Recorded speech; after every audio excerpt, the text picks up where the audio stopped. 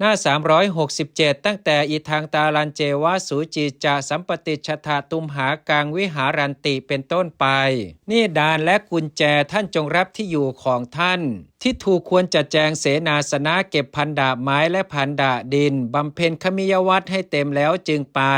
แม้เมื่อจะไปอย่างนั้นพึงให้ภิกษุหนุ่มหิ้วห่อบาทและจีวรเป็นต้นให้ช่วยถือกระบอกน้ำมันและไม้เท้าเป็นต้นกางร่มอย่าเชิดตนไปทางประตูบ้านเลยควรไปตามข้างดงที่กำบังเมื่อทางเข้าดงไม่มีก็อย่าบุกพุ่มไม้เป็นต้นไปเลยอันหนึ่งพึงบำเพ็ญขมิยวัตรตัดวิตกมีจิตผุดพองไปด้วยธรรมเนียมแห่งการไปเท่านั้นแต่ถ้าทางมีทางประตูบ้านและพวกชาวบ้านเห็นตนกับบริวารไปอยู่จะวิ่งเข้ามาหาด้วยคิดว่านั่นดูเหมือนพระเถระของพวกเราแล้วจะปราศัยว่าท่านจะขนบริขารทั้งหมดไปไหนขอรับถ้าในพวกเธอมีหนึ่งรูปกล่าวอย่างนี้ว่า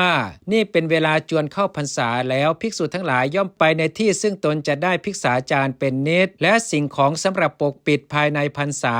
ถ้าชาวบ้านเหล่านั้นได้ฟังคำตอบของเธอแล้วกล่าวว่าถึงในบ้านนี้ชนย่อมบริโภคย่อมนุ่งวงเล็บเหมือนกันแลขอรับท่านอย่าไปในที่อื่นเลยดังนี้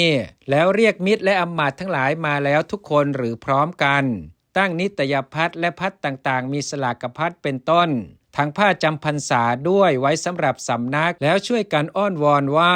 นิมนต์จำพรรษาในสำนักนี้แลขอรับภิกษุสมควรยินดีทั้งหมดสิ่งทั้งปวงมีนิตยพัดเป็นต้นแม้นั้นเป็นของควรและหาโทษมิได้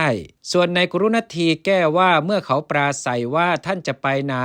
พึงตอบว่าที่โน้นถูกเขาซักว่าเหตุไรจึงไปที่นั้นพึงบอกเหตุและคำทั้งสองนี้ชื่อว่าหาโทษมิได้เพราะเธอเป็นผู้มีจิตบริสุทธิ์แท้นี้ชื่ออาคันตุกะวัตร